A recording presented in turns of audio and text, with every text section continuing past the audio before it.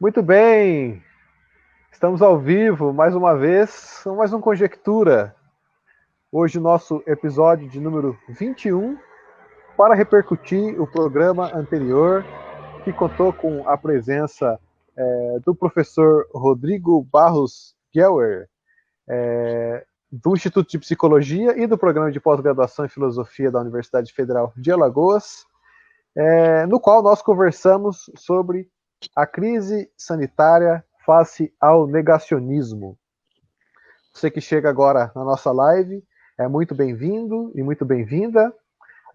Inclusive, nós incentivamos que você participe aqui da discussão conosco no dia de hoje, deixando seus comentários, suas críticas, suas sugestões aqui, para que a gente possa fazer o programa num formato mais dialógico, como é a nossa pretensão dos programas de quinta-feira.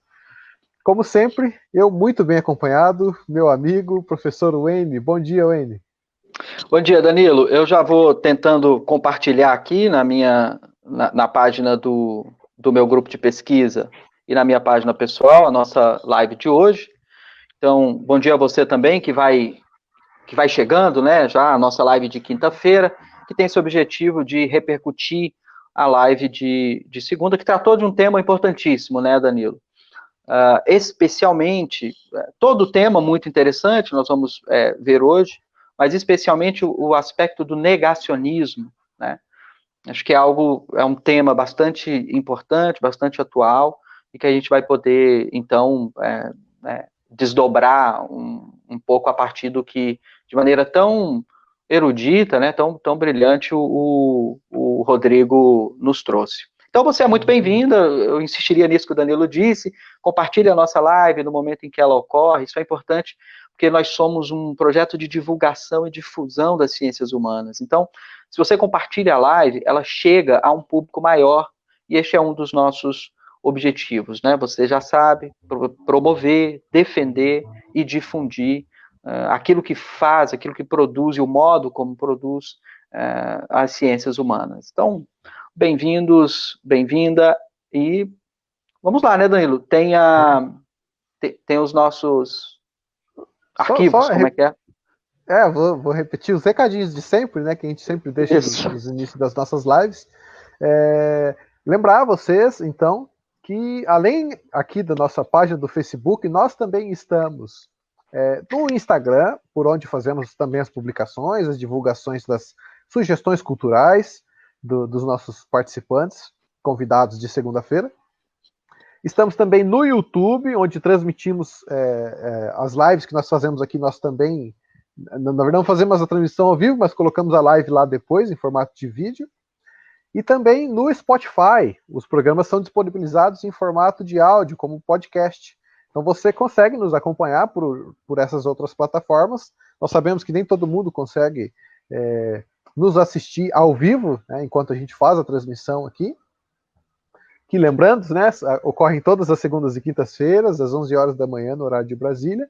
Mas nós sempre reforçamos esse convite, então, para você nos acompanhar, nos seguir nessas outras redes sociais, YouTube, Instagram e Facebook, e Spotify. Os links para acessar essas outras redes você encontra aqui na descrição dessa live, assim como o link também para a live de segunda-feira, que contou com a presença do professor Rodrigo. Também o link está na descrição dessa postagem. Wayne, então, a crise sanitária face ao negacionismo. O que nós podemos desdobrar ou repercutir a partir do que conversamos com o professor Rodrigo na última segunda-feira? Então, Danilo, considerando assim a quantidade de referências que o professor Rodrigo mobilizou, na verdade a gente podia ir para muitas direções, né? E dificilmente eu conseguiria, inclusive, acompanhar, né, cada uma das tantas referências históricas, literárias, filosóficas, científicas, jornalísticas, culturais, enfim, que o Rodrigo trouxe. E aí, então, nesse sentido, eu pensei em destacar três pontos principais, assim, né, que a gente poderia pensar um pouco hoje. O primeiro ponto, eu gostaria de chamar a atenção para a abordagem ou a importância do conhecimento histórico. esse seria um primeiro ponto. Acho que o Rodrigo ele começou, né, fazendo um grande sobrevoo pela história, né, e aí incluído desde fatos históricos a elementos da arte, da cultura em geral, né, da literatura. Então, talvez isso me fez pensar um pouco, né, a importância do conhecimento histórico, né, e neste momento, inclusive, em que também a história, junto a todas as ciências humanas, está cada vez mais ameaçada, criticada, e, né, enfim. Então, um primeiro momento, talvez, nesse sentido, de pensar um pouco o que o conhecimento histórico poderia nos auxiliar na compreensão desse fenômeno da pandemia, da crise sanitária, seria um primeiro destaque. Um segundo destaque, eu acho que teria a ver um pouco com aquilo que o Rodrigo mostrou, que inclusive a lição histórica ensina. Então, mais ou menos numa espécie de padrão, né? Você vai se lembrar, Danilo, quem acompanhou a live da segunda também, o Rodrigo colocou 3 pontos, 3 tópicos, assim, 3 grandes destaques para análise da crise sanitária, ou de efeitos, né, na psicologia do sujeito, mas também numa grande psicologia social e cultural, os efeitos da pandemia ou de uma crise sanitária. Então, ele chamou a atenção para aquele primeiro ponto que dizia ter respeito ao aspecto expiatório ou de culpa, que em alguma medida, eu conversando com o Rodrigo, quis aproximar esse primeiro tópico ao universo religioso, do modo mais geral possível, né? Não religião institucional, mas então talvez um aspecto religioso, né? O que o Rodrigo chamou de expiação. O segundo aspecto, ele chamou de erótico, né? E aí você mesmo, né, Danilo, dialogou com ele a respeito, inclusive, de algumas manifestações do gozo, né? Acho que no caso vocês falavam do gozo do consumismo. Perfeito. Então, alguma coisa. Então, expiação, êxtase, né? A gente poderia dizer nesse sentido mais amplo também. E por fim, um aspecto econômico, né? Um aspecto político, econômico. Então, eu acho que depois do sobrevoo da história, um pouco esses 3 aspectos, a gente poderia voltar sobre eles, Danilo, para discutir, né, algum elemento ou outro. E um terceiro aspecto que eu destacaria por fim seria a questão própria do negacionismo, né? E aí foi muito interessante a live de segunda, porque inclusive eu pude debater com o Rodrigo, né, algumas posições a respeito do negacionismo, ciência e religião, e será que são, né, esses 2 discursos, né, o da ciência e da religião, eles têm a mesma estrutura, né? O Rodrigo tinha mencionado o Agamben, né, nesse sentido, então a gente debateu ali um pouco, talvez a gente pudesse voltar também um pouco a esse aspecto do negacionismo. Então, eu diria assim, para começar o diálogo, então, Danilo, sim, que a gente passasse por esses 3 aspectos, e aí eu destacaria isso, assim, esses 3 aspectos. Você teria alguma outra coisa que tenha te chamado a atenção, assim? Eu acho que dentro desses aspectos a gente consegue dialogar a respeito da... Porque assim, né, o que o Rodrigo trouxe muito bem, e inclusive, abrindo um parênteses aqui, muito do que a gente tem feito nos programas de segunda-feira com os participantes que têm nos agraciado aqui com as suas colaborações, é justamente mobilizar determinados referenciais teóricos, determinados conceitos, determinados sistemas filosóficos, até podemos assim dizer, e até, vamos dizer assim, instrumentos de outras ordens do conhecimento, sociológicos, históricos, psicológicos, e assim por diante, né? Para a reflexão de um fenômeno que é atualíssimo, né? Não só o caso da pandemia, mas fenômenos que ocorrem no nosso cotidiano. Nós já discutimos aqui política, já discutimos educação, já discutimos movimentos sociais, ou seja, acho que é importante frisar isso um pouco, N, só para dizer assim, esclarecer, né, o que a gente tem feito e como a contribuição do Rodrigo ela vai tão na linha do que a nossa proposta é, né? Porque se você entra lá na nossa página do Facebook para ver, o nosso resuminho é pensar a realidade a partir do amplo referencial das ciências humanas. E nós aqui, como divulgadores e também defensores das ciências humanas, temos a ciência de que, pelo menos temos a certeza de que o que a ciência humana produz pode ser entendido como uma espécie de instrumento interpretativo, né? Instrumento para ler a realidade, instrumento para ler os fatos e para ler os fenômenos. E o Rodrigo ele trouxe essa abordagem do negacionismo. Claro, né, como você bem colocou, né, ele fez toda uma correlação histórica com outras crises sanitárias, né, pestes que ocorreram no passado, não, peste bubônica, crise do H1N1, né, até ele menciona já obras mais antigas, inclusive a Ilíada, salvo engano, que abre com a questão da peste, e fazendo uma análise de como essas crises, essas pandemias, elas, vamos dizer assim, extrapolam o âmbito do orgânico, né? E elas atingem mesmo o âmbito do social. Eu acho que isso talvez fosse um outro aspecto que a gente pudesse falar um pouco mais, talvez, no final, né? Ou talvez, pelo menos, tocar nisso, vamos dizer assim, enquanto a gente toca nos outros assuntos, porque é muito importante, né? A gente tende a olhar, né, para essa questão da pandemia como uma doença, quando, na verdade, a doença é um aspecto da pandemia, né? Tem todo um outro aspecto, que é o aspecto social, a maneira como nós nos relacionamos com as outras pessoas, a maneira como nós nos relacionamos com o nosso entorno, com o nosso ambiente, com nós mesmos, ou seja, tem aspectos intersubjetivos, né, tem aspectos do próprio sujeito, da própria, né, interioridade, da psique do sujeito que estão em jogo, que mudam com esse cenário que é anormal, podemos assim dizer. Então isso a gente pode tocar.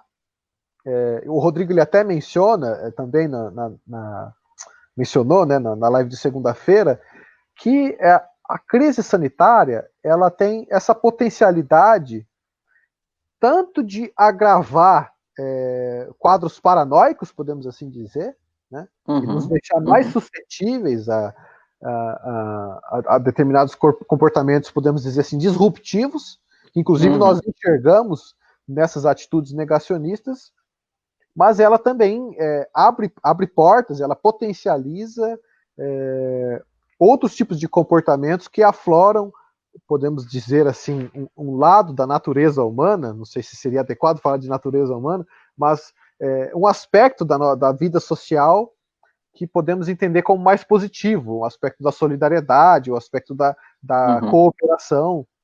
Então, isso também vamos dizer assim, se manifesta com mais intensidade nesse período de anormalidade. Mas, enfim, eu só pontuaria essa questão, o social que vai para além do orgânico, que a gente pode comentar também em passant, ou talvez ao final das colocações. Não, eu concordo, eu acho que essa é a questão central, na verdade, né? Essa passagem do fenômeno né, orgânico ou natural, né? Para o fenômeno, como que essa pandemia se transforma num grande fenômeno, um grande problema, né? Social e cultural e pessoal. Aí talvez até o subtítulo, né, Danilo, do que o Rodrigo propôs, ajude a nos levar nessa direção. Essa ideia de fracasso da psicologia e de desvios da moral, que foi o que a gente mais ou menos também discutiu, né? O fracasso da psicologia do sujeito, o que em parte explicaria, por exemplo, parte do negacionismo, e também explicaria uma série de comportamentos, né, de determinados sujeitos, e aí a gente comentou algumas ocorrências, assim, né? O Rodrigo traz no resumo que ele propôs, né, manifestações contra a Covid, por exemplo, ou o caso aí do Rio Grande do Sul, em que uma discussão entre um proprietário de comércio e um cliente levou à morte em função de uso de máscara, né? Então, essa coisa do fracasso da psicologia do sujeito, que é um fenômeno, claro, social, né, cultural, e também os desvios da moral, que a gente, talvez foi o Rodrigo trouxe uma perspectiva E talvez um elemento que a gente tenha deixado de comentar e que seria importante é os desvios da moral, inclusive no quesito corrupção política, né? É um grande absurdo, mas em plena pandemia você vê uma série de secretarias da saúde de mais de um estado brasileiro envolvidos aí em questões de superfaturamento e, né, propinas e, enfim, então, um descalabro total. Mas eu acho que nessa linha, então, ô Danilo, vamos só mencionar, começar, né, assim, um pouco, então, chamando a atenção para aquele aspecto histórico, que a gente vai discutindo, ou pontuando um a um. Vou tentar ser bem breve aqui, e pedir a você que nos acompanha, pode comentar, então participe do nosso debate, do nosso diálogo, está ouvindo, quer fazer alguma questão, registre a sua questão, para a gente poder, no fim, aqui, né, abrir esse diálogo. Então, bom, ao aspecto histórico, né, o que o Rodrigo me fez pensar muito, né, dentro dessa chave especialmente de pandemia e crise sanitária, que seria justamente o caso da gente fazer um pouco o que o Rodrigo fez, que é tentar observar na história o quão este fenômeno não é exatamente uma novidade ou uma exclusividade do nosso tempo, né? Nós temos, assim, uma certa vaidade em supor ou querer acreditar que o nosso tempo, ou o nosso próprio tempo, é sempre autor de grandes novidades, né? Isso é uma certa tendência psicointelectual, assim, que faz bem ao ego, mas se a gente estuda a história, e eu sempre brinco, Danilo, com os alunos, não precisa estudar muito, se estudar um pouco, já resolve.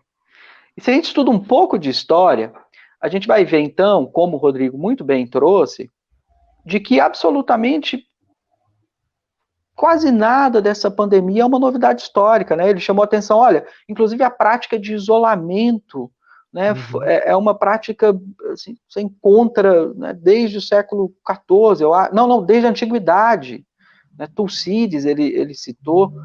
Então você imagina que se de um lado, olhando para a história, a gente percebe que esse fenômeno não é uma novidade histórica no sentido específico do termo, de outro lado,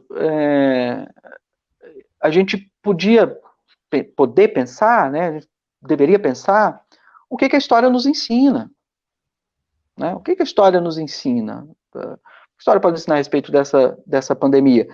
Que, em que pese, é claro, né, as diferenças circunstanciais, culturais, né, as diferenças históricas de tempo, né, é claro que essas diferenças existem, e claro que a novidade está aí, só aí, né, obviamente, nessas diferenças, mas do ponto de vista, assim, substancial, considerando o que o Rodrigo trouxe, inclusive as práticas de solução, né, como eu acabei de dizer, o isolamento social, e inclusive uma série de manifestações psicológicas do sujeito, né, o próprio negacionismo, o Rodrigo situava, ou dava como exemplo, a imagem do protesto contra a Covid-19, realizado com queima de máscara, com um ritual de dança sangui, né, que eu acho que é um ritual do século XIV.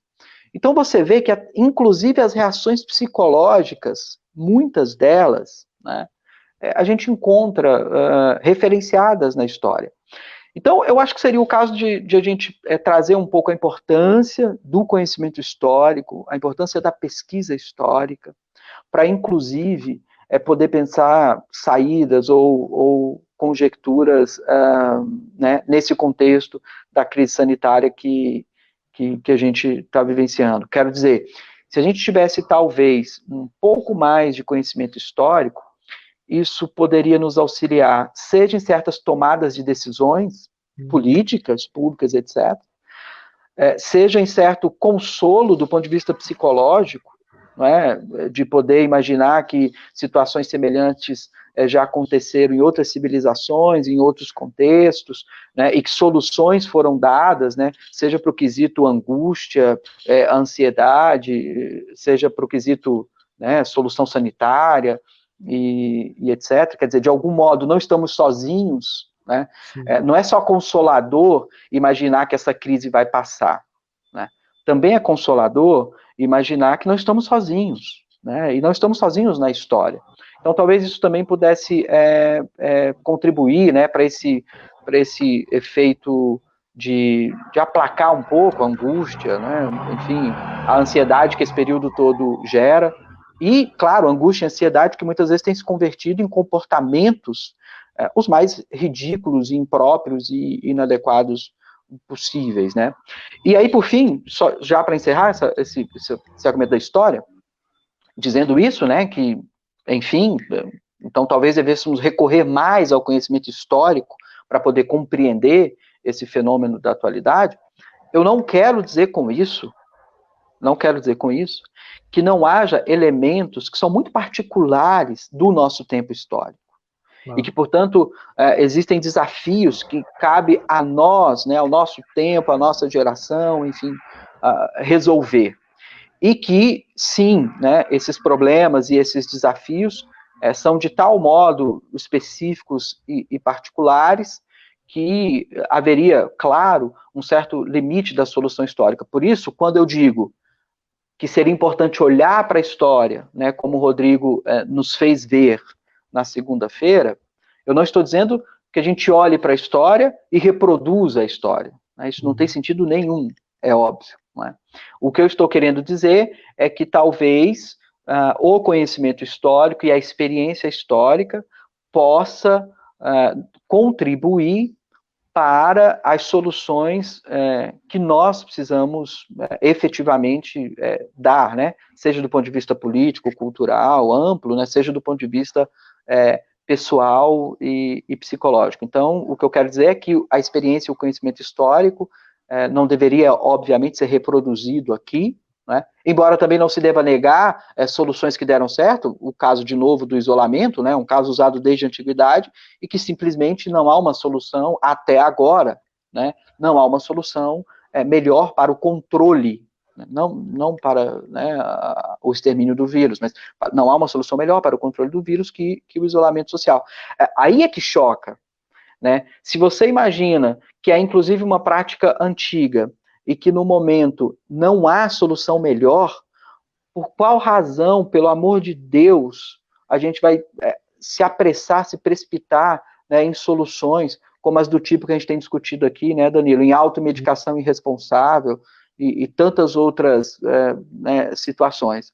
Então, de novo, eu acho que o conhecimento histórico ele pode ter um valor crítico muito importante na análise e na compreensão desse fenômeno, e, inclusive, ele pode nos auxiliar a pensar as soluções que cabe a nós, claro, no nosso tempo, de acordo com a especificidade dessa pandemia, resolver. Algo por aí, Danilo, eu diria do ponto de vista histórico. Você disse tudo, Wayne. Eu acho que muito é dito, né, que a história ela vamos dizer assim, opera em ciclos, né, ou que a história ela sempre se repete. E eu acho que você destacou muito bem essa importância de nós estudarmos a história, temos conhecimento das circunstâncias específicas, mas ao mesmo tempo semelhantes à que nós vivemos hoje, para que a gente tenha conhecimento das medidas, das posturas que foram tomadas para o enfrentamento daquelas adversidades, justamente para que as piores consequências não se repitam, para que as piores escolhas, os maiores erros que foram cometidos, que as piores escolhas que foram tomadas, não sejam tomadas novamente. Ou seja, para que a gente consiga fazer progresso, né, a partir do aprendizado que nos é oferecido por aqueles que vieram antes de nós. Eu acho que é basicamente essa, né, seria a principal função, importantíssima, e eu diria até negligenciada por muitos, né, que a história cumpre, né, que ela pode oferecer, na verdade, e que vamos dizer assim, teria que ser dada mais ênfase para isso, né? Pelo menos eu assim, tenho a impressão de que na grande mídia, né, nos espaços no qual se noticia a respeito da pandemia atual de coronavírus, não se dá espaço, não se dá abertura suficiente para esse tipo de exploração do conhecimento de pandemias, né, de epidemias anteriores, né, anteriores, por exemplo, HN1, peste bubônica, né, até casos antigos, né, acho que talvez é algo que a gente tenha falhado, né, a esse respeito, que poderia ter, vamos dizer assim, que certamente tem o seu valor e que deveria ter sido, estar sendo mais reconhecido do ponto de vista assim público, né, de publicidade. E eu diria não só público, Danilo, ou, né, do ponto de vista assim de um certo jornalismo cultural, mas nós sabemos, né, do ponto de vista filosófico, do século XIX para cá, a história se transformou num grande problema filosófico, né? E há aí, inclusive, do século XIX para cá, eu diria, um certo desprestígio epistemológico da história, inclusive no campo da própria filosofia. Né? Então, né, a gente pode citar isso, há teses famosas, né? Há quem acredite, por exemplo, no fim da história, né? aquele sociólogo, filósofo americano. Outros gostam de ver que não, ainda há uma abertura possível, né? Há toda essa história muito conhecida de que a história se repete ou não, Hegel, Marx, enfim. Assim, há do século XIX para cá uma transformação do objeto da história como objeto de pensamento, em que, na minha análise filosófica, a história acabou perdendo muito do seu prestígio, eu diria mais aqui, do seu poder epistemológico. E eu, particularmente, acho isso uma pena, né? Portanto, sou conservador nesse sentido de defender e achar ainda que a história tem muito a ensinar. A história tem muito a ensinar e acho que, inclusive, filosoficamente, né, ou do ponto de vista da reflexão filosófica, nós deveríamos nos voltar mais à reflexão acerca de tudo isso que a gente chama de filosofia da história, né, no campo da filosofia. E aí, só um acréscimo ainda, eu diria, a gente está destacando aqui o elemento histórico, mas é bom lembrar que, mais do que elementos históricos, o Rodrigo também passeou pela estética, né, eu diria, ou pela literatura, né, e, inclusive, pela estética religiosa também. Então, ao nos apresentar, né, uma espécie de histórico das pandemias, desde a antiguidade, passando pelo século XIV, depois a epidemia de 1918, até chegar a nós, o Rodrigo também foi muito feliz em ir mostrando como que isso ia aparecendo, seja num determinado ambiente religioso, né, de uma estética religiosa, ou seja, de uma estética, por exemplo, do ponto de vista da literatura, né? Também no argumento que o Rodrigo nos trouxe, é bom lembrar, ele menciona o Artaud, que é um poeta, um literato, acho que é mais poeta, né, francês, e em que justamente ele também trabalha essa dimensão, o Rodrigo nos explicou, né, do desvio da moral e do fracasso, né, da psicologia do sujeito, ante, por exemplo, a figuras sociais, como a representação de uma peste, né? Então, também aí, estou falando da história, mas seria o caso, Danilo, de nós aqui no Conjectura ressaltar, né? É todo um repertório das ciências humanas que é muito importante e que auxilia bastante, vou dizer de novo, não só numa compreensão aprofundada e melhor, né, do que pode significar esta pandemia, mas também, especialmente, como é o nosso compromisso aqui, pode nos auxiliar em pensar saídas. Eu sei que tem muito, né, Danilo, tem muita gente, inclusive da filosofia, que se arrepia um pouco quando a gente pensa em termos, né, de saída, de conjectura, de proposição. Perfeito, não tem problema nenhum com isso, né? É uma divergência. Mas o nosso compromisso aqui é esse, né? Quer dizer, a gente também a gente quer não só compreender criticamente a realidade, mas a gente gostaria de poder propor conjecturas e soluções, né? Com muitas aspas aqui, claro, no sentido de pensar. E aí eu insistiria nisso, não só a história, mas ficou muito claro com a apresentação do Rodrigo, como que inclusive desde tradições, né, no caso aqui estou mencionando mais a religiosa, mas e também a literatura, podem e com certeza servem muito, né, a ideia do servir, né, serve para quê? Né, podem, com certeza, servem muito para a compreensão né, desse fenômeno. E a prova disso, eu passaria ao segundo tópico, Danilo. Sim. A prova disso é justamente aquela espécie de classificação padrão. Não sei se o Rodrigo gostaria muito, aprovaria muito o modo como eu estou me referindo aqui ao que ele trouxe, mas é uma espécie de, pelo menos como eu compreendi, né, uma espécie de lições que a gente pode extrair, então, da história e das expressões de tradições e da arte, né, da literatura em relação à pandemia, é um pouco aquele padrão que ele trouxe, né, Danilo, como que em situações como esta, de crise sanitária, esses três elementos estão presentes nas mais divergentes e diferentes experiências históricas, né? E olha, a gente está falando de experiências históricas aqui, que tem distância uma da outra de 1000 anos, né? Sim. Então, perceba, é claro que é uma constatação importante você perceber que em momentos como esse, muita aspas aqui, padrão, né, se repete. O que o Rodrigo, então, classificou como um certo caráter expiatório, né? Então, uma crise sanitária como essa sempre faz surgir nos sujeitos, e aqui o sujeito individual, do ponto de vista da psicologia individual do sujeito, né, faz surgir no sujeito uma necessidade, ou pelo menos uma explicação, né, expiatória, e aí todo o elemento da culpa entra em jogo, todo o elemento do rito entra em jogo, todo o elemento religioso entra em jogo, né? Então, esse é o primeiro caráter que o Rodrigo chamou a atenção. O segundo, a gente já mencionou, né? O erótico, ou o que eu estou chamando hoje de êxtase, né? Para fazer uma contraposição entre expiação e êxtase. E o terceiro momento, o econômico.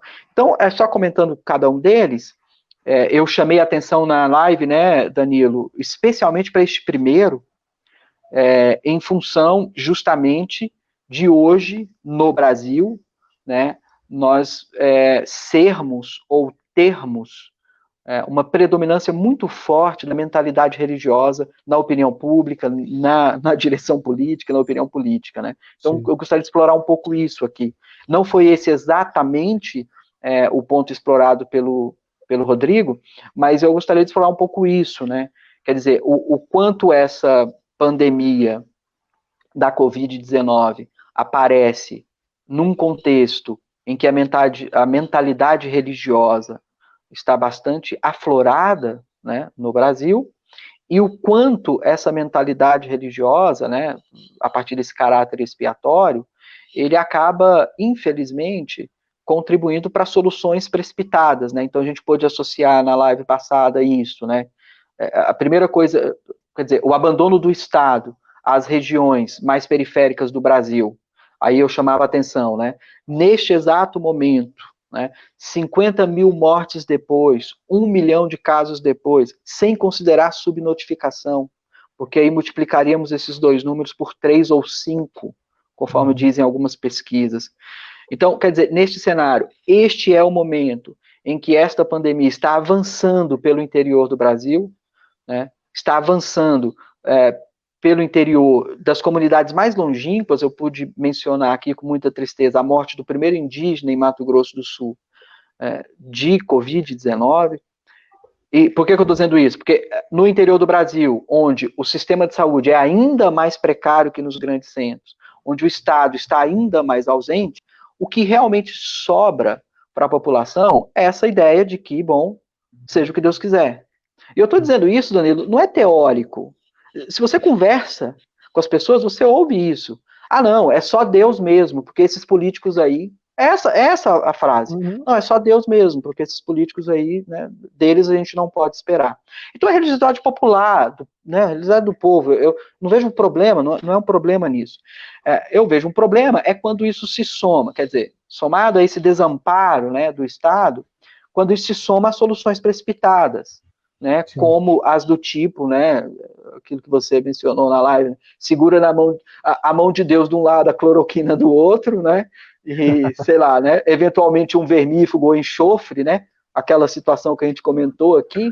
Sim. Então você vê, a situação é muito forte a partir desse caráter que o Rodrigo trouxe, né? Para nem mencionar o problema da culpa, né? Daqueles que acham que então essa pandemia é uma vingança de Deus, né? Uma vingança de Deus, né? Outros acham que é uma vingança da natureza. Então esse aspecto vingativo, né? Esse aspecto de culpa que a pandemia traz na psicologia do sujeito é um aspecto que tem, que tem efeitos concretos na ação do sujeito, né? Então, o sujeito que não usa máscara, porque acha que... Não vamos falar do sujeito que usa máscara. As igrejas que acham que pode abrir, as igrejas que acham que podem abrir em plena ascendência do vírus, elas acham que podem abrir, porque de algum modo estão protegidas do vírus. Estão protegidas porque Deus as protege. Poxa, veja, não tem nada a ver aqui com crítica à religiosidade popular ou qualquer religião, entendam isso. O problema é que você supor que a proteção de Deus, né, venha a ocorrer neste cenário em que o vírus está numa ascendência, isso precisa ser repensado. Né, isso não há sentido sequer, não sou autoridade para dizer isso, mas não há sentido sequer teológico para pensar isso, menos ainda filosófico ou sociológico. Então, Danilo, sobre esse primeiro aspecto, né, expiatório, eu queria pedir licença ao Rodrigo, porque estou explorando aqui toda uma dimensão que talvez não tenha sido exatamente né, que ele quis trazer, mas eu acho muito importante sobre este aspecto analisar este fenômeno, né, de como que essa crise sanitária encontra um Brasil ou uma população em que a mentalidade religiosa ela está predominante, né?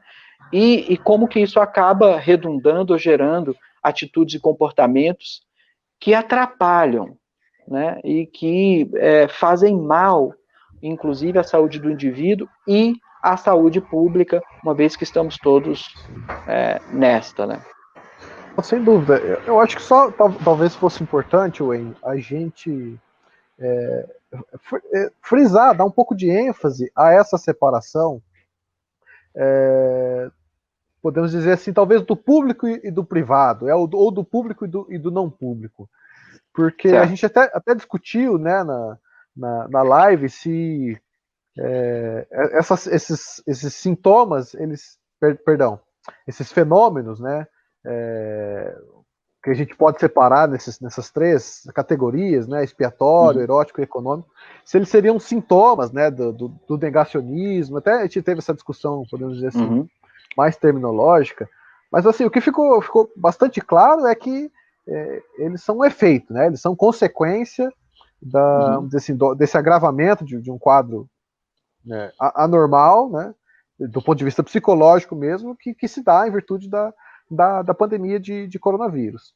Acho que é importante a gente frisar, porque, veja, se eu entendi bem a colocação do Rodrigo, essas consequências, elas não necessariamente têm um caráter moral ou político, ou necessariamente um caráter moralmente reprovável, né?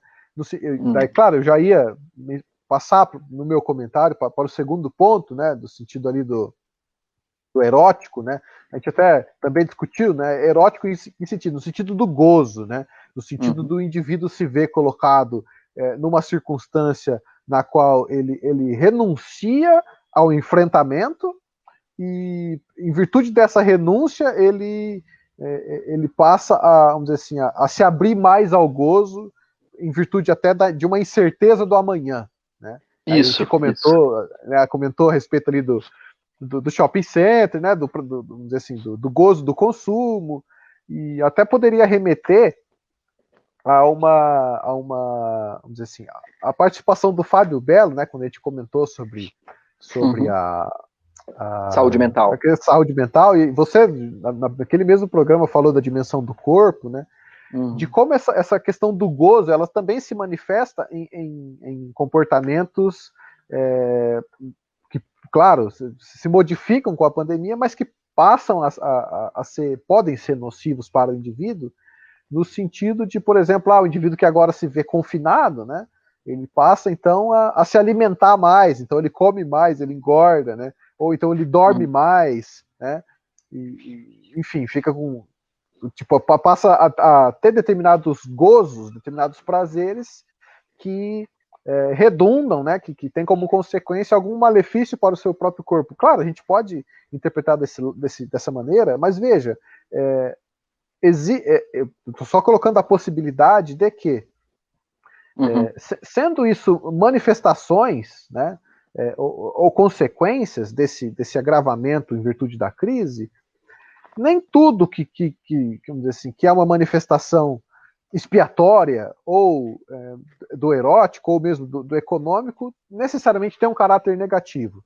Ele é negativo, claro, quando ele claramente não tem uma base racional, não tem uma base refletida, reflexiva, né, e que não se orienta talvez pela, vamos dizer assim,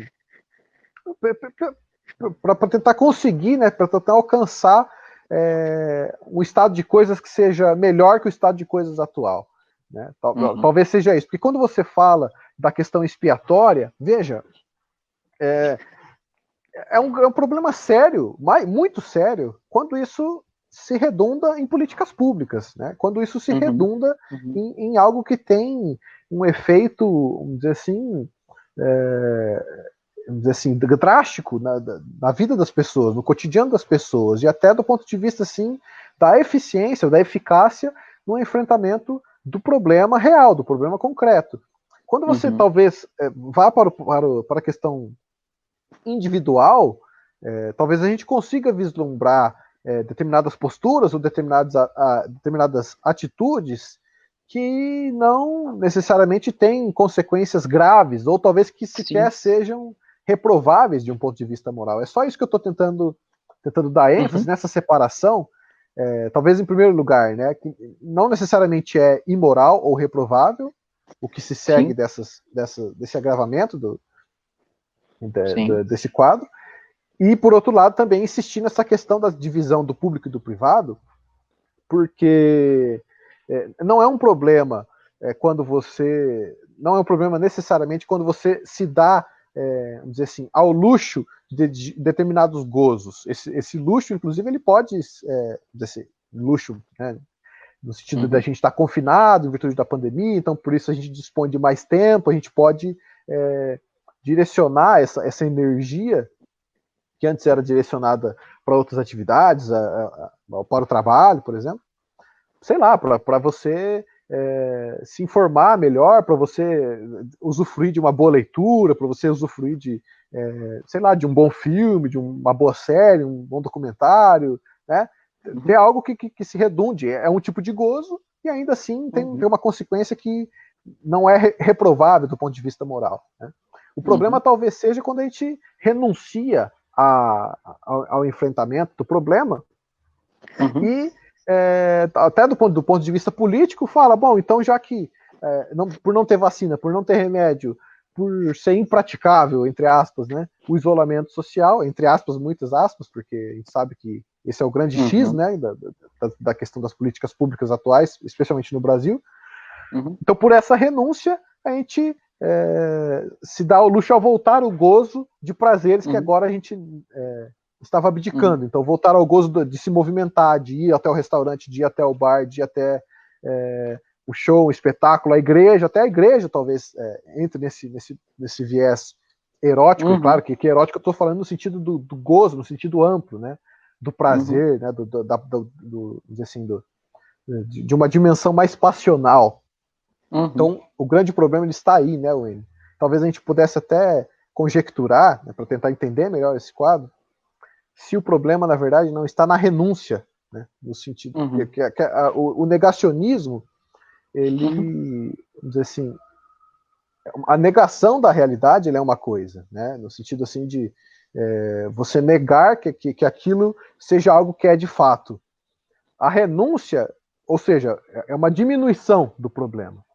A renúncia, ela me parece ser o extremo oposto, no sentido de que o problema é tão grande, o problema é tão real, tão concreto, se impõe com tanta força, que independente das coisas que eu fizer, das posturas que sejam tomadas, o resultado ainda vai ser catastrófico, indesejável. Uhum. Né? Talvez tenha isso também, né? Essa outra dimensão do negacionismo e da renúncia. Enfim, estou só especulando em voz alta aqui, mas acho que convém pelo menos essa separação político e privado e a questão da moralidade. Né? Não, acho muito interessante isso que você colocou do negacionismo e da renúncia. A gente já fala disso. Acho que sua reflexão aí é muito importante por duas razões, Danilo. A primeira é que vai na linha do que eu disse, né? Eu dei um salto enorme aqui em relação ao que o próprio Rodrigo quis trazer, no sentido de trazer essa dimensão mais política ou negativa desse fenômeno da expiação. E aí acho que se você é muito feliz ao trazer essa reflexão, porque eu acho que isso está mais na linha do que o próprio Rodrigo quis dizer mesmo, né? No sentido de chamar a atenção que esse aspecto, ou esse fator expiatório, ele tem o peso da culpa e das consequências disso, mas é muito importante dizer que é também um rito de purificação. Uma expiação é um rito de purificação. Então, é claro que há aí o aspecto positivo. E não é à toa, né, o que confirma isso, é que justamente neste momento de pandemia, muitos dos que estão nos acompanhando acabaram por desenvolver uma série de técnicas, seja elas religiosas ou não. Então, as pessoas começaram a praticar mais yoga ou meditação, ou voltaram a rezar, os que não rezavam mais, ou meditação, enfim. O que eu quero dizer é que este elemento que o Rodrigo trouxe na linha do que você está dizendo, ele também tem esse componente consolador, apaziguador, que é o componente do rito, né, do ritual, que mexe muito com questões, assim, atávicas, né, com questões que são de ordem mais profundas ou mais ancestrais mesmo do sujeito. Então, nós estamos numa crise sanitária em que ela faz despertar as mais diversas e tenebrosas angústias, né?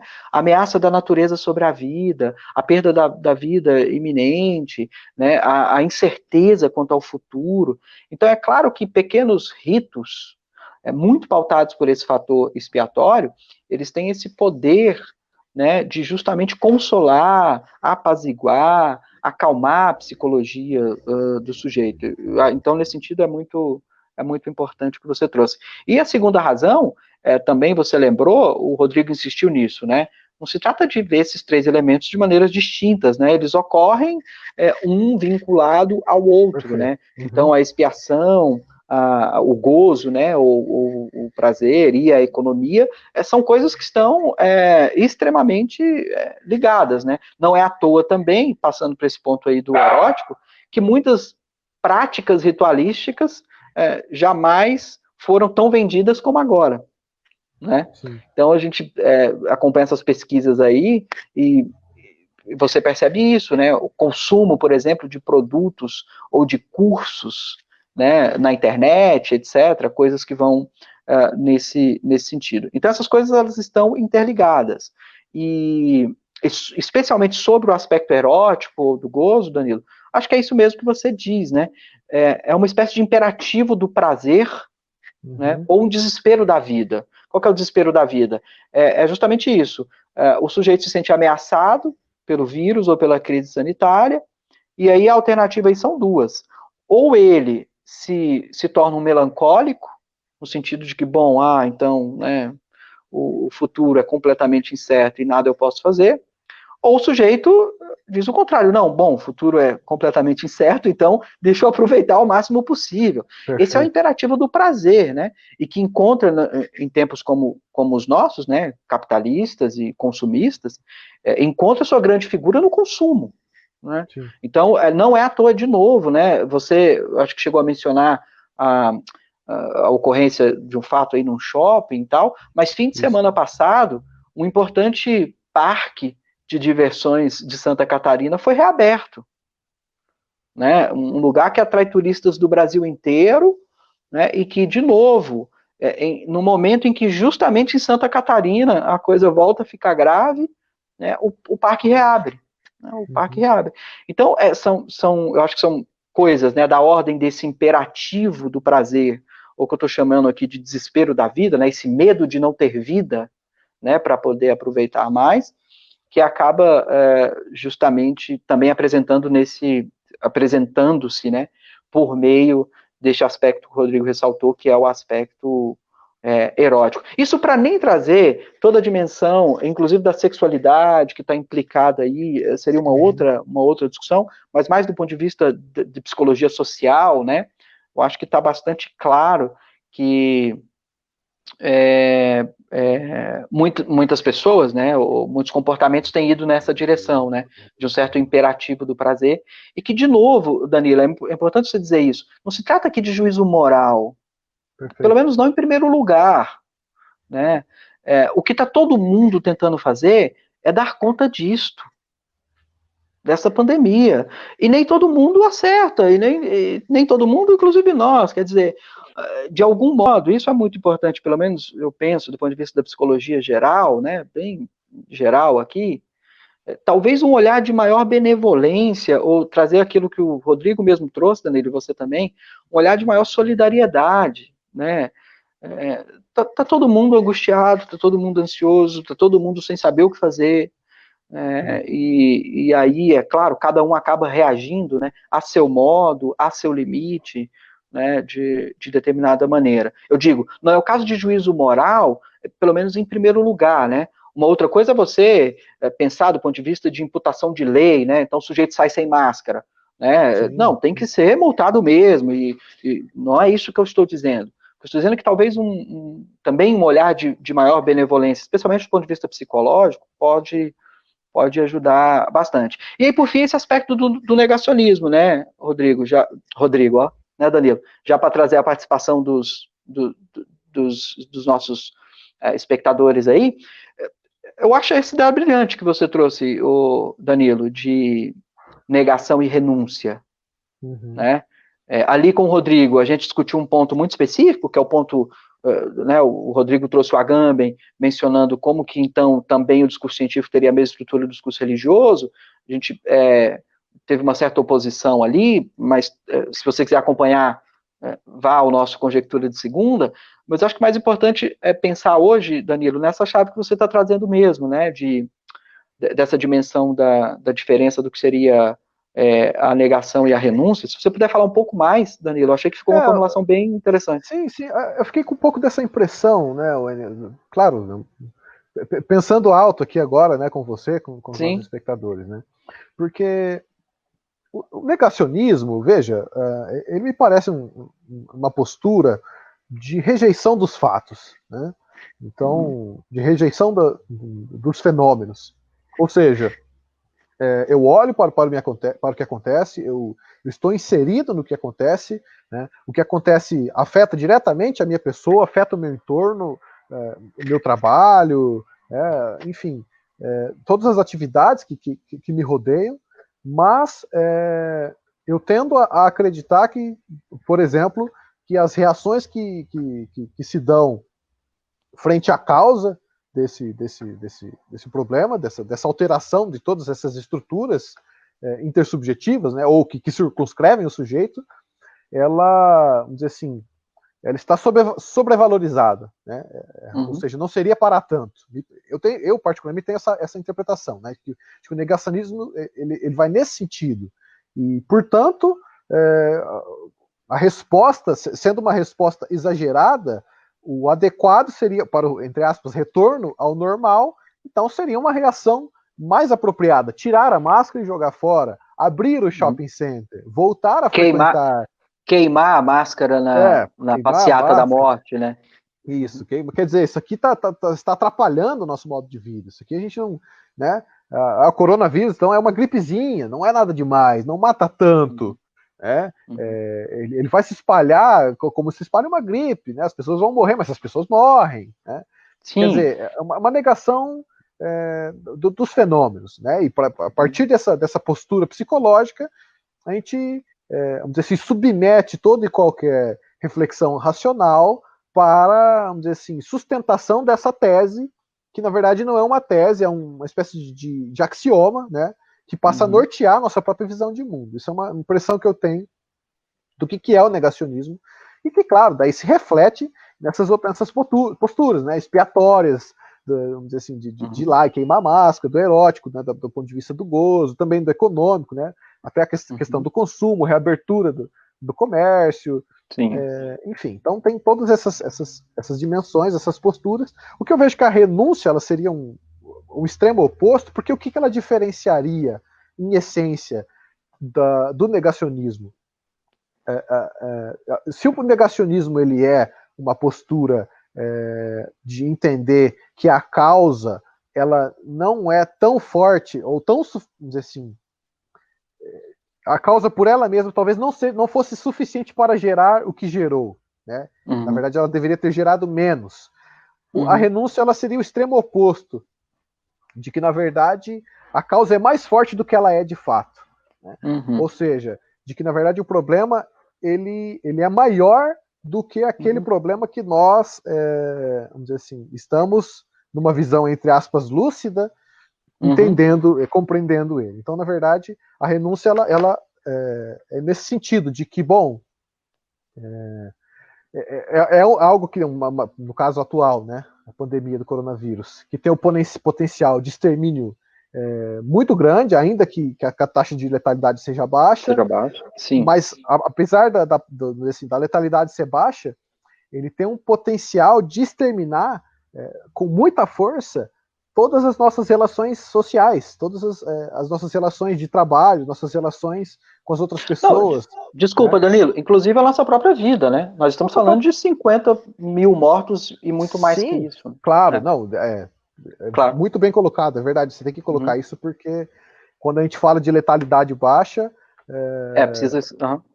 Então a renúncia também tem talvez esse aspecto também do medo da vida que você colocou, né? Então, eu só fiquei com essa impressão agora, porque refletindo sobre esse agravamento do quadro paranoico e das experiências subjetivas mesmo das pessoas, sabe? Dos sujeitos, né? Diante desse quadro. Eu vejo que tem um pouco disso, no sentido de gente, não vai ter o que fazer, sabe? As medidas elas não surtem o efeito que deveriam surtir, os medicamentos não estão no horizonte, a vacina não está no horizonte, ou pelo menos estão no horizonte muito longínquo, ainda que elas venham, aí, né, de novo, o mesmo mecanismo que aparece na negação aparece na renúncia, qual seja, o mecanismo de você tomar aquilo como um dogma, como um axioma, e estruturar toda uma argumentação racional em defesa daquilo. Então, vem, por exemplo, de novo, eu não estou dizendo que não tem base racional nem de um lado nem de outro, existe base racional, o ponto é a postura psicológica que isso engendra, né? Do tipo, talvez a vacina sequer seja suficiente, porque o vírus sofre mutação, se ele for como o vírus da gripe, então de tempos em tempos, né, vai ser uma coisa que talvez a gente tenha que ficar tomando vacina disso pro resto da vida, a gente não sabe como vai ser, então, diante disso, talvez a gente nunca mais tenha condições de frequentar, assim, aglomerações, né, de ir a um show, por exemplo, de ir a um culto, de ir, né, a uma sala de aula, se juntar com outras pessoas com segurança. Então a renúncia ela é um pouco da postura que, vamos dizer assim, vamos dizer, perdão, a renúncia é isso, então, de você achar que o problema ele é maior do que ele é de fato, que ele não tem solução, ou que as soluções que são apresentadas elas não seriam suficientes. Então, talvez seja essa a diferença, né? Para as medidas são exageradas, para outro, as medidas não são suficientes. Então, tem essa diferença. E outra diferença também, acho que do tipo de postura que ele engendra, né? Eu vejo que essa questão do medo da vida, que está muito relacionada com o erótico, porque quando a gente se vê diante do fim, a gente quer aproveitar os momentos restantes com o máximo de gozo possível. Então, talvez, claro, né, eu pensando alto, se o Rodrigo estiver acompanhando, talvez ele possa refletir um pouco a respeito disso, né? De que o gozo, então, ele esteja mais relacionado à renúncia do que propriamente à negação. Porque a renúncia, se a renúncia é isso, então se não é suficiente, se não vai ter jeito, se o fim é iminente, o fim está próximo, então que o prazer ele se faça presente, pelo menos nos momentos finais. Partiu gozar. Partiu, né, bacanal, sei lá, né, vamos consumir aí, comer o que a gente quiser, viver para além das regras já estruturadas. Quer dizer, ele pode engendrar, inclusive, isso, né? Tipo, de rupturas sociais mais graves, né? Mais acentuadas mesmo, no sentido de ignorar ordenamento jurídico, coisa do tipo, né? Uhum. Danilo, eu não teria assim, absolutamente nada a acrescentar. Eu achei assim, muito bem formulada essa sua reflexão a respeito da negação e da renúncia. Daria, na verdade, para a gente pensar uma série de coisas, né? Inclusive te ouvindo, inclusive uma série de coisas psicanalíticas, etc. Eu queria só fazer uma questão de precisão em relação a isso, que é a seguinte. Especialmente a respeito do negacionismo, né? Uma coisa é você entender a negação, o Freud tem um texto, inclusive, que se chama A Negação. Uma coisa é você entender a negação como um recurso psicológico. Isso é uma coisa, né? Especialmente no contexto da psicologia individual do sujeito, a negação como uma espécie de resposta ou de uma reação, né, a determinado fenômeno externo, como no caso aqui a pandemia. Então, isso é uma coisa, né? Uma outra coisa que precisa ficar muito claramente estabelecida é essa dimensão, você chamou a atenção, mas eu queria reforçar isso, é de que se a negação se explica, portanto, desde um ponto de vista de um recurso psicológico do sujeito, ela não tem justificativa racional do ponto de vista de política pública. Uhum. Então, quer dizer, quando a gente vai para o espaço público e vai formular e tomar decisões políticas, a negação não pode ser, de maneira nenhuma, um recurso. E veja, porque o espaço público tem uma coisa que o indivíduo não tem, que é justamente a vida pública. Sim. Então, né, você tem essa reação psicológica de negação, isso pode ter, inclusive, um efeito apaziguador para o sujeito, mas também é um problema psicológico, a gente não precisa entrar nisso, né, quer dizer, um sujeito que nega muito, um sujeito que usa muito o recurso psicológico da negação, está claro, é um sujeito que precisa de um acompanhamento, de um trabalho psicológico. Mas estou dizendo que isso, no ponto de vista político-social, é muito mais grave e muito mais inaceitável. Uhum. Quer dizer, ele não tem, no ponto de vista da política pública, sequer esse estatuto de recurso, né? Embora você possa pensar do ponto de vista de crítica cultural, mas não do ponto de vista de política pública. Eu acho que você mencionou isso, eu queria fazer só esse reforço. E aí, um último comentário para a gente discutir aí com os internautas, aí eu acho que nesse quadro que você coloca, entre de um lado, então, a negação, de outro lado, a renúncia, aí eu acho que casa perfeitamente o indicativo do Rodrigo, né, de que, então, entre a renúncia e a negação, a solidariedade. Excelente. Eu acho que esse é o caminho, né? Quer dizer, então, nem negação e nem renúncia, mas a solidariedade. E a solidariedade do ponto de vista mais concreto da ação com o outro, né, do cuidado com o outro, e a solidariedade do ponto de vista da psicologia do sujeito, né? Ser solidário com o outro, muito importante, fundamental, etc. Ser solidário consigo, também muito importante. E voltamos ao aspecto lá da expiação, da culpa, né? Então, acho que a noção de solidariedade que o Rodrigo trouxe, ela casa, né, fecha, assim, com chave de ouro, a conjectura ou a saída possível, né, para esse cenário que você tão bem, Danilo, desenhou. Bom, a gente já passou um pouquinho de 1 hora, eu particularmente peço desculpas até por ter me estendido desse ponto de vista, mas é que a gente acabou negligenciando aqui as perguntas dos participantes, talvez fosse o caso, né, Wayne? Antes da gente encerrar, apontando já para a live de segunda-feira, a gente pelo menos ler brevemente os comentários do. Com certeza. Teve ali a participação da Ana, Marlene, Matheus. Muito bom dia, pessoal. Obrigado por acompanhar aqui nosso trabalho. Tivemos ali também o Rafael Guedes e o Rafael Lopes. O Rafael Guedes diz. Legal. Né, bom dia, né? Para ele, né? Claro para mim que o negacionismo e a negligência do presidente tem como sua atitude consciente de confundir a população, desconstruindo a importância das medidas para o enfrentamento da pandemia, é responsável pela morte de milhares de brasileiros e vai condenar sua memória ao lixo da história. É o que a gente estava falando, né, Wayne?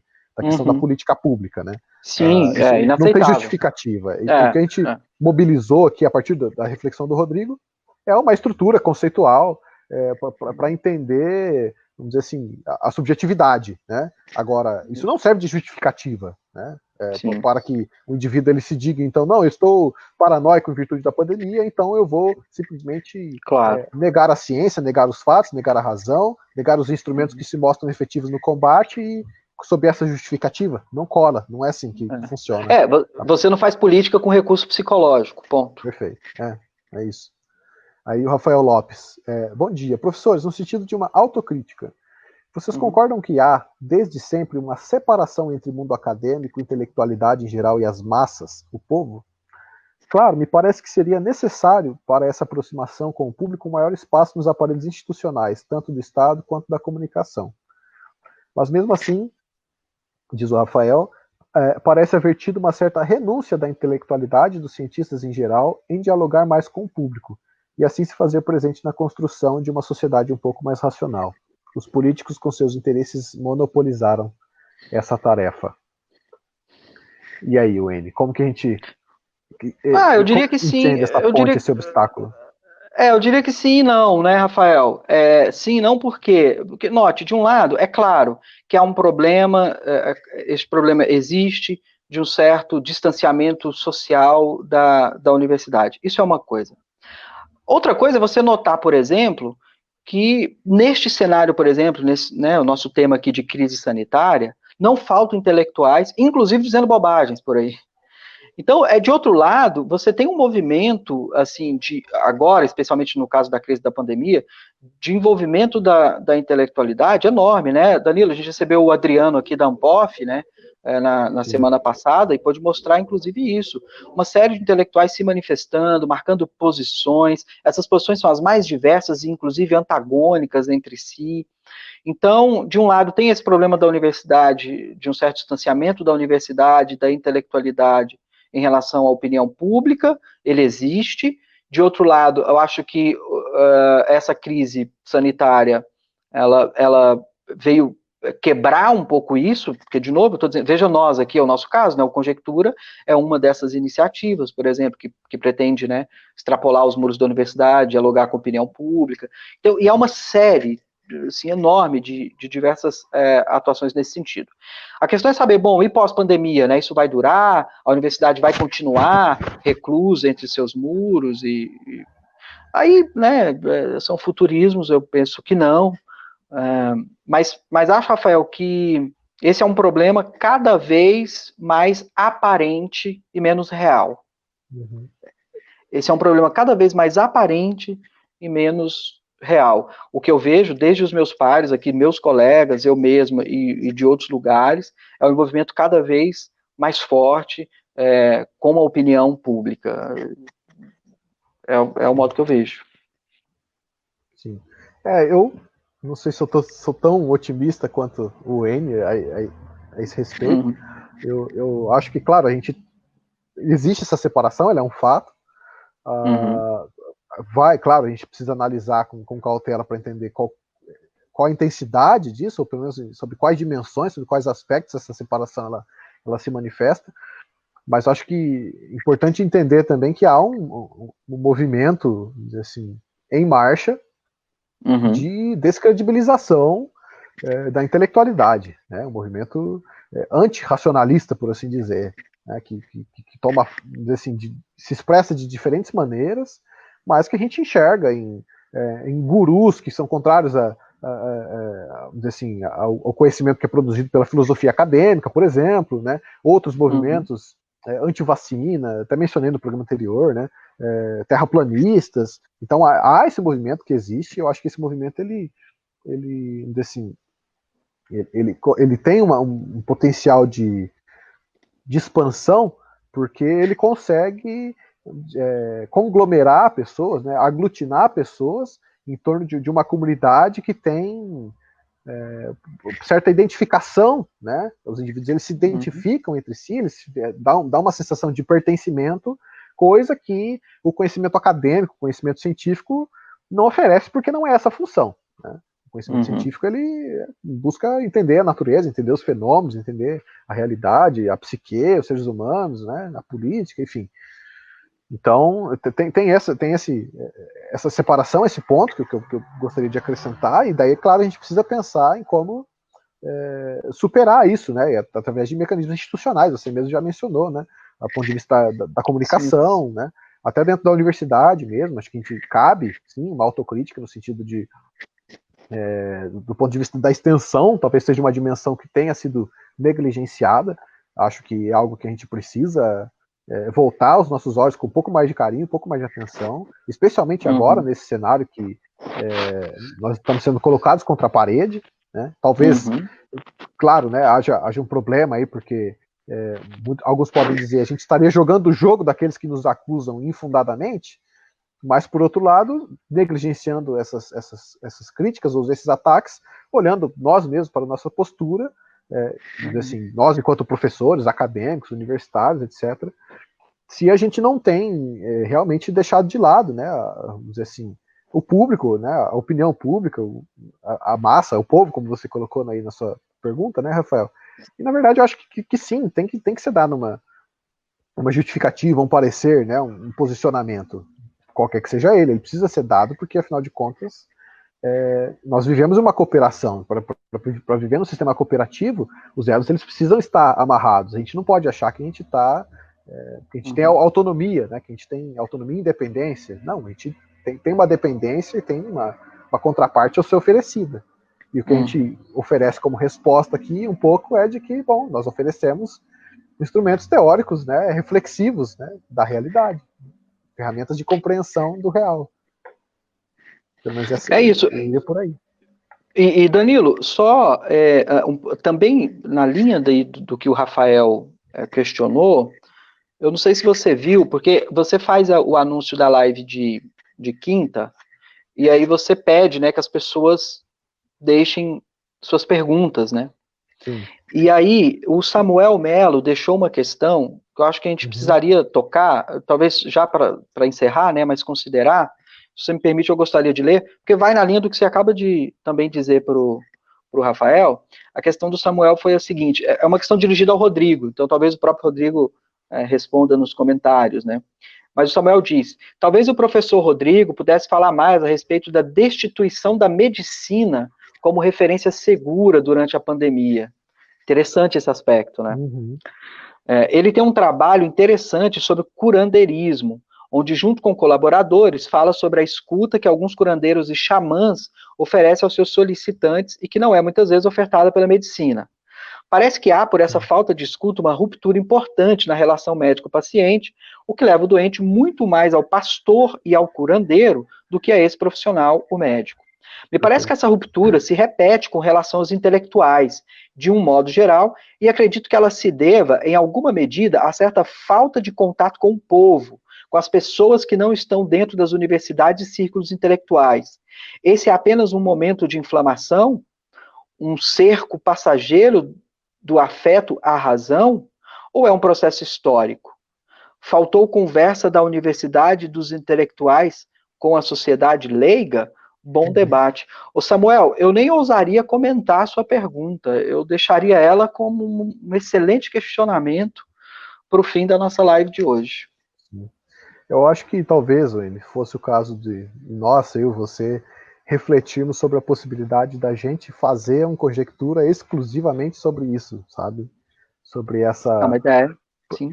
Porque eu vejo, assim, que desse distanciamento do acadêmico, né, para com o mundo prático, podemos assim dizer, né, para com o mundo popular, para entender como isso acontece, né, ou vamos dizer assim, que dimensão, e também a partir de que caminhos a gente poderia pensar uma reaproximação, porque isso que foi colocado pelo Samuel é muito verdadeiro, né? É algo que a gente percebe, no sentido de que muitas vezes as pessoas elas têm vamos dizer assim, uma carência, não de tratamento, né, de orientação farmacológica, podemos dizer assim, né?